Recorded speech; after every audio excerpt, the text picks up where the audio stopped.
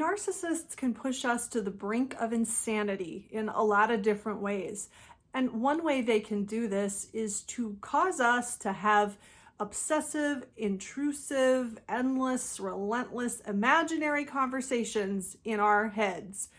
I know I don't hear this talked a lot about online, but I know for me, when I was recovering from a trauma bond, this was one of the most difficult things for me to deal with.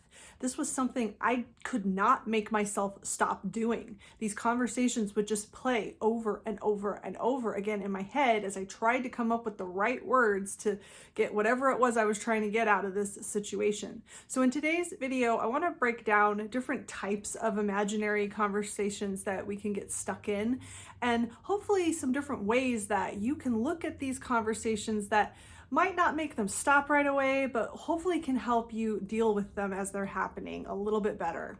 Welcome to Looking Behind the Mirror, where we explore narcissism and take our lives back as we make sense out of nonsense.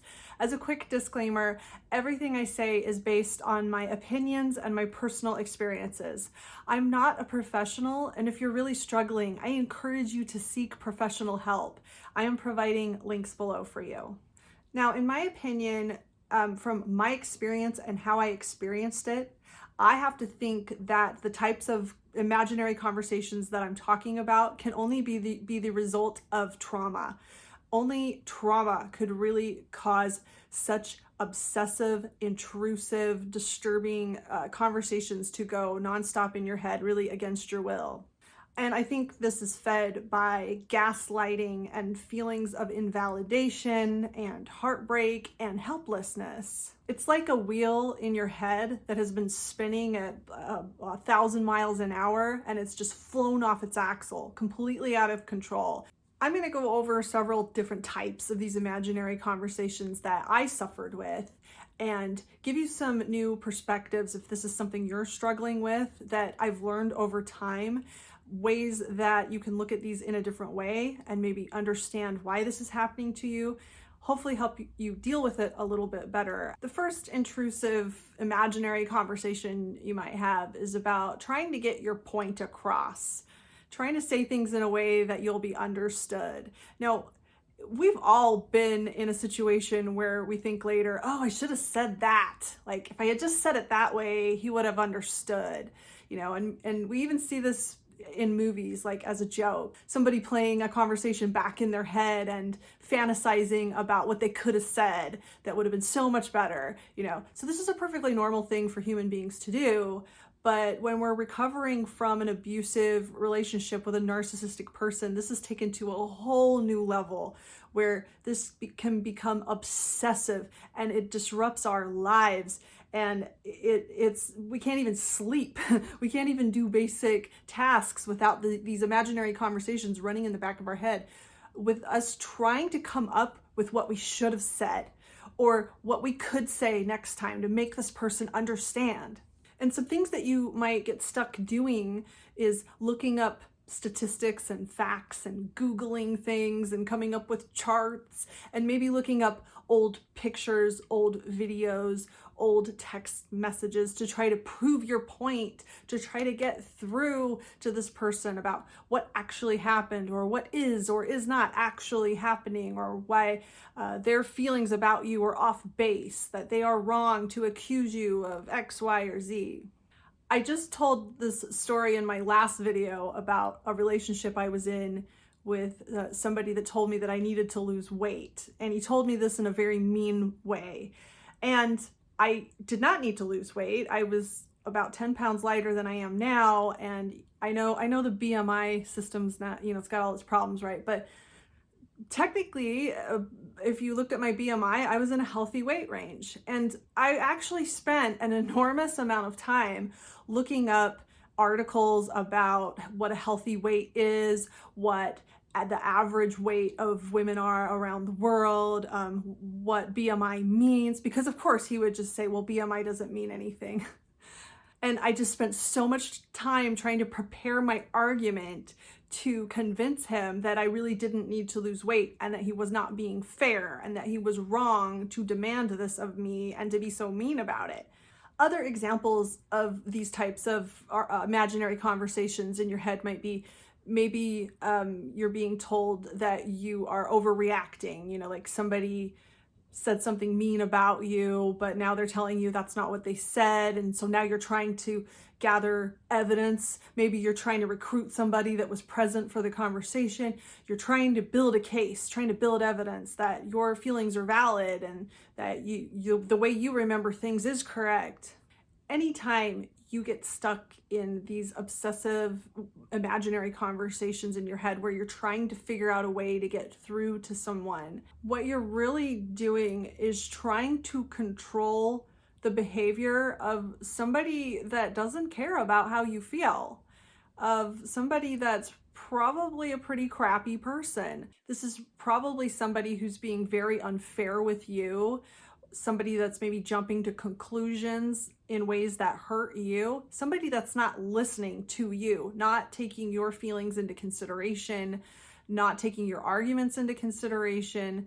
This is somebody that's treating you like you don't matter, minimizing your experience, doing things that are just plain mean sometimes. I mean, telling me to lose weight in a mean way and then doubling down on it in an even meaner way when I tried to tell him that he was hurting my feelings. I mean, that's somebody that's trying to hurt me. So if you get stuck trying to come up with piles of evidence, trying to support an argument, or trying to figure out how to get your point across, how to communicate, consider that you're dealing with somebody that doesn't want to communicate. Somebody that understands English or whatever language you're speaking perfectly well, but doesn't want to hear you, is purposefully trying to hurt you, trying to control your emotional reactions. Consider this might be somebody who is enjoying watching you get all worked up, watching you Google all these things and present all this evidence. And the more this person is enjoying controlling your emotions in this way, the more encouraged they are to keep doing it. So the more evidence you're trying to build for your case, the more you practice and work on what you're going to say to this person, the more you're actually encouraging them to continue misunderstanding you or being unfair with you because they're getting the reaction they want. They don't want fair and balanced communication. They don't want to understand your point of view.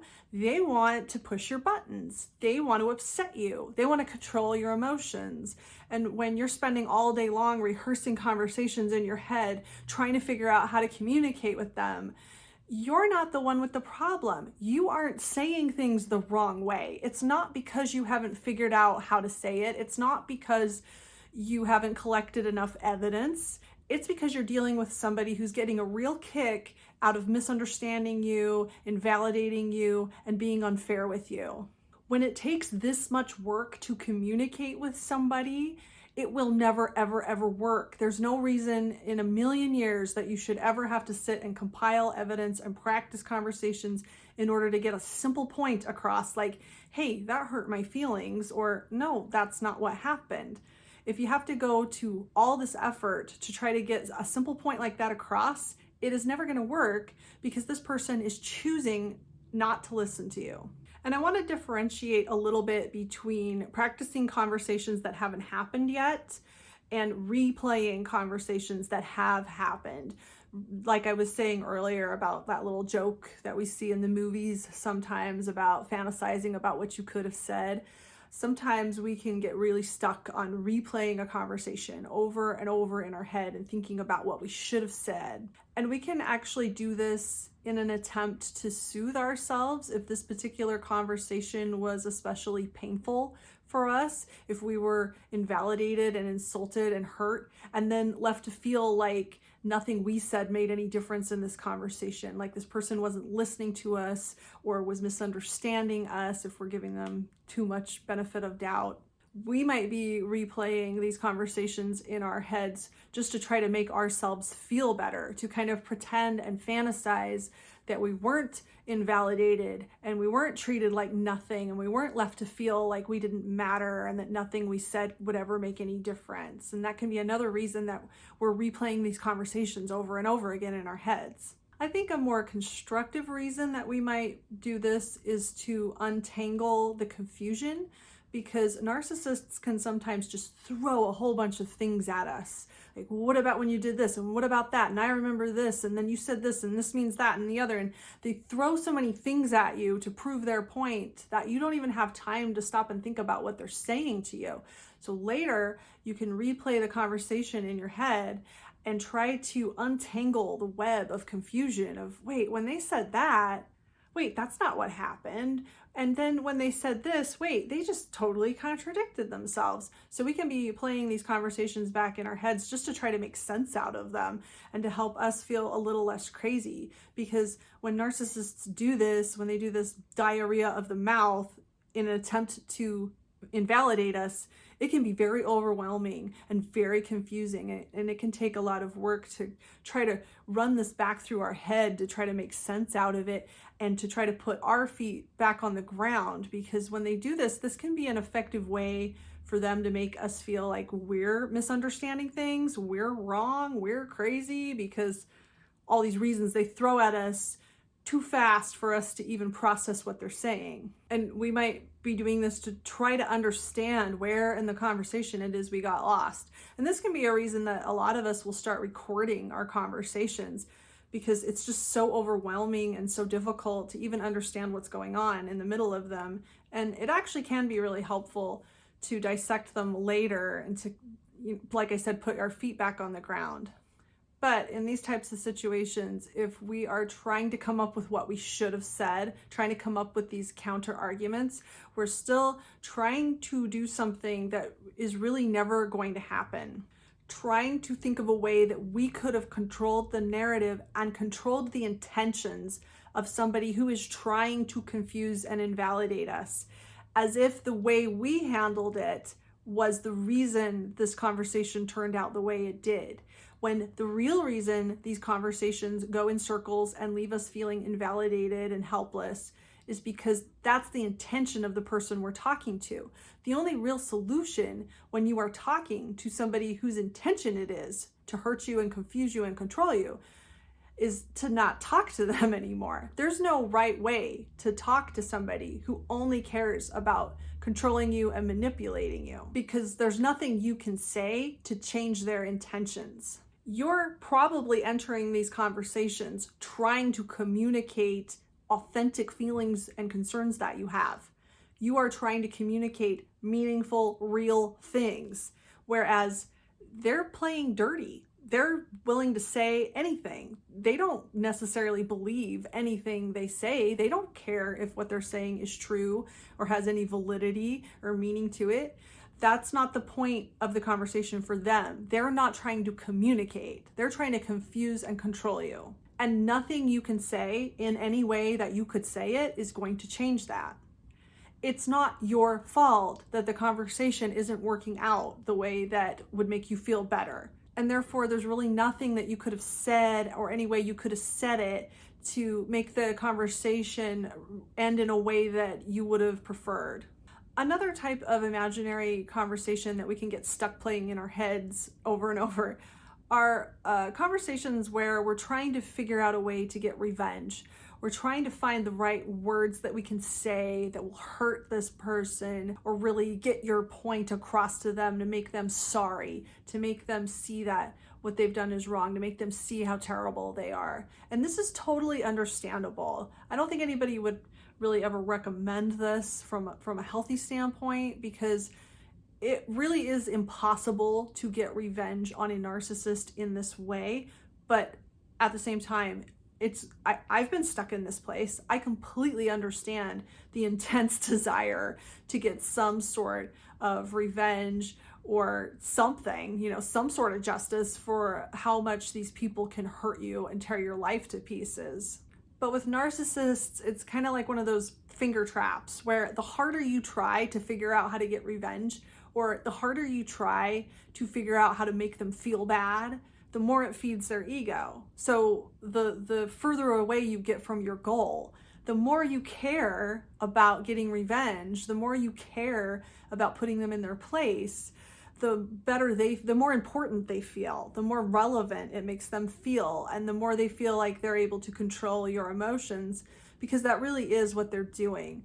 When you are having obsessive, intrusive thoughts about ways that you can make them feel bad or ways that you can get revenge, that really is a form of control that they still have over you. And I know for me, when I tried to come up with these conversations in my head, there was also trying to recover from really feeling humiliated. It's not fun to feel like somebody's gotten the better of you, somebody tricked you, somebody was smarter than you. And now you want to repair the damage that was done to your ego, by maybe hitting them back somehow.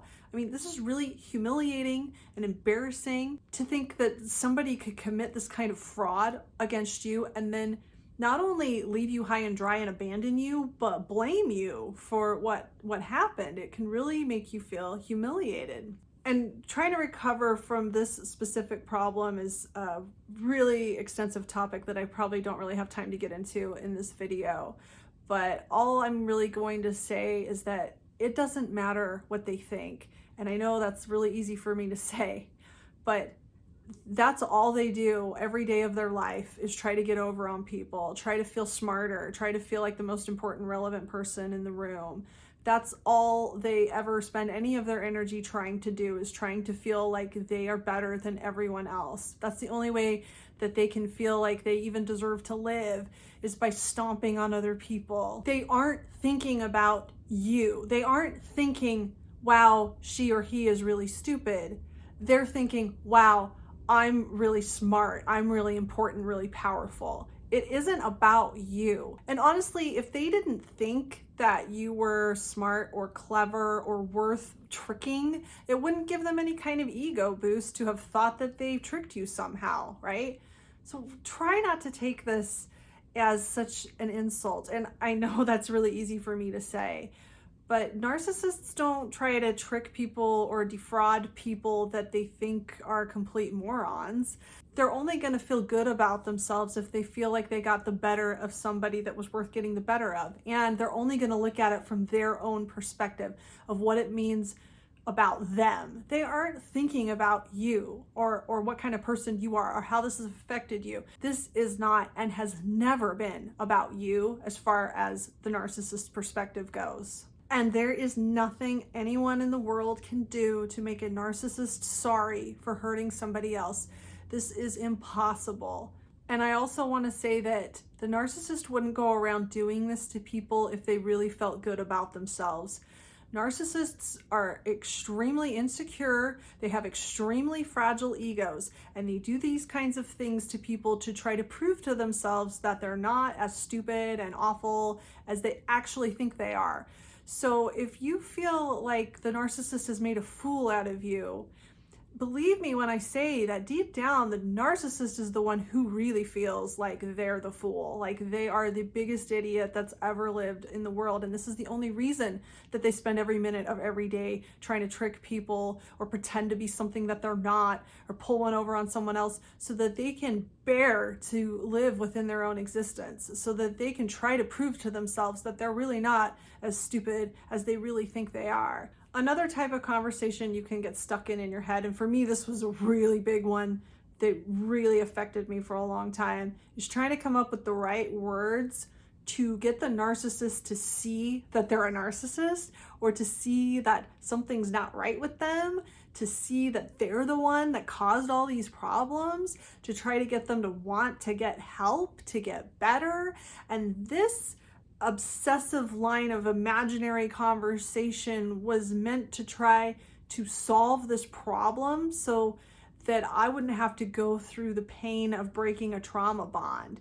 Even when I went no contact, I was still just reeling in my head for months, 24/7, trying to think of, like, if I ran into this person, what would I say? How could I say it? Maybe I could still write a letter, and I would actually write imaginary emails and letters over and over and over and over again, hundreds of letters that I never sent, trying to figure out the right words, trying to figure out the way that I could say something just right, that it would click in this person's head and they'd finally realize, oh, I need help. Oh, this is all my fault. I'm sabotaging my own life. And oh, this wasn't fair. Oh, I'm abusive. I could not let go of trying to figure out a way to get this point across.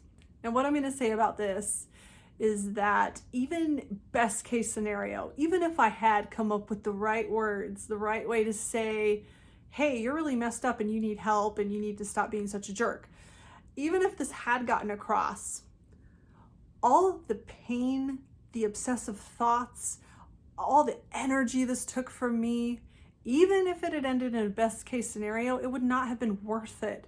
The energy this takes from you is not worth it. Somebody that is this broken, somebody that has treated you so badly, that has abused you, that has spent so much energy ruining your life, is not worth this much energy, is not worth getting through to, because there's nothing this person's going to turn into that they could possibly become that would make any of this worth it. I mean, it's not like they're going to go to therapy and they're going to come out as Superman and the most amazing human being that the earth has ever known. And oh, good, I'm so glad I went through all that mental torture because now this person is the most awesome thing that could have ever happened to me. That's not going to happen, even best case scenario. Even if the narcissist tried to make that happen, even if the narcissist had a change of heart and tried to become an amazing, wonderful, loving partner, there is nothing that person could turn into that would make all of this pain and anguish and torment worth it. It seems like they're going to be worth it because of how much pain you're in, because of the trauma and the trauma bond. You're addicted to the cycle, the abuse cycle that you've been in. And it is so painful to let go of this. And it's so humiliating and it's so heartbreaking and it's so hard to accept that this person is blaming you, that it seems like if I could just get through to this person and just make them acknowledge the truth, all of my pain would go away and this would all be worth it. That's got to be the goal. But I can tell you now, like looking back in hindsight, there's nothing there, all that energy that I used, there's absolutely no outcome that could have made any of it worth it. There's nothing better than getting away from a trauma bond and then allowing time to heal you as you stay away from this person, and then being able to look back later and see it in a more realistic light, that this person is not amazing and could never, even if they tried, never in a million years, ever become somebody that would be worth all of that time and torment. And I should say that I know it's easy for me to say these things now, but I understand that you can't just say these things to yourself. You can't just try to give yourself clarity and suddenly all these intrusive thoughts go away. I mean, this is the result of trauma. So this wheel is going to keep spinning and there's only so much you can do to stop it. But I hope that I can give you some ways to cope with this a little better and at least be able to see it realistically. I think for me, even when I was dealing with things that I couldn't control, understanding them helped me deal with them emotionally a little bit better as I healed, and also helped me keep my feet on the ground, helped me keep grounded in reality to where I didn't fall prey to the ideas of like, I need to go back into this relationship or I need to break no contact.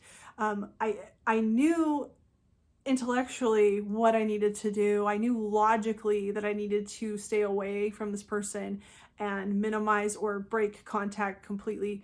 But emotionally, it took a long time for my emotions to catch up to that. But just knowing logically, realistically, the reality of the situation I was in helped me cope with it and helped me from doing things that would prolong this torment, prolong these obsessive imaginary conversations. I just don't want anybody to feel bad out there that they can't stop these imaginary conversations.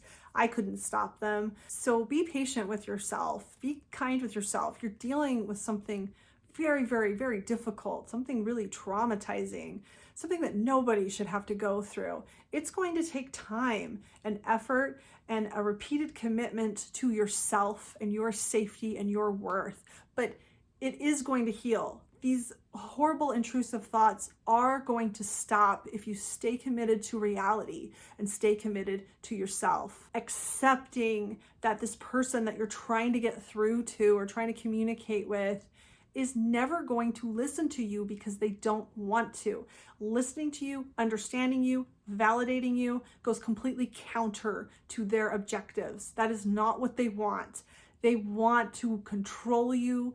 They want to feel important by manipulating you and seeing how well they can create emotional reactions in you. That's how they feel good about themselves, and that is what they want.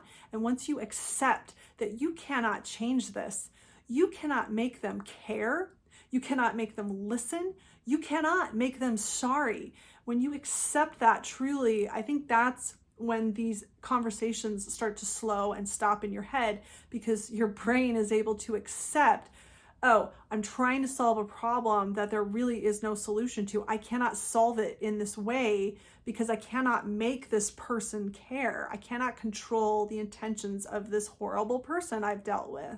It's really about waiting until your brain gives up on trying to do something it cannot do. And just some quick tips on how I coped with this when I was in the thick of it was, there were a lot of times I just let this go. I just let it go. I don't know if that's good advice or not, but that was something I did, is I just let these conversations run wild in my head. But one way I feel really helped me keep sanity was meditating. I meditated every night, and when I meditated, I did it in a way that I would try to stop thinking completely altogether. And there's a lot of guided meditations that are free on YouTube that can help you with this. But meditation really, really helped me because I feel like it gave me a little bit of time each day to stop my brain, to stop all these things going on in my head. And another thing that might help is to ask yourself, when you get stuck in these patterns, to ask yourself, what's the best case scenario? What would it look like if I achieved my goal in this imaginary conversation I'm having in my head? What do I hope will happen? What problem am I trying to solve? And what would it look like if I finally solved that problem? And that might help you kind of see realistically, and help your brain see realistically, that you're trying to solve a problem that there's really no solution to. And of course, there's all kinds of things you can do to distract yourself. Watching television programs that you really enjoy, that helped me a little bit. Hobbies, finding outlets, healthy outlets for your emotions, and also healthy ways to pass the time. Of course, none of these things stopped my problems. None of these things suddenly miraculously healed me. But these were ways that helped me cope, that just helped me get from day to day until I did heal. And I just want you to know that if you commit to yourself and you don't go back into these environments that are driving you crazy, you don't go back to these people that are causing these things to happen in your mind, and you stay committed to your health, your safety, and your self-worth and your boundaries, these intrusive conversations and thoughts, they will eventually stop, and you will one day look back and think, wow, why did I even care what that person thought? And you'll find it hard to even remember why you would spend so much energy trying to get through to such a horrible person. At least that's how I feel now. And I really hope that you experience that day sooner than later. And I hope that this video can give you some pointers to help you get there maybe a little quicker. If you like this video, give it a thumbs up and comment below any ideas you have for me for future videos. And don't forget to subscribe to my channel if you like this video and would like to see more like it in the future. Until next time, thanks. Bye.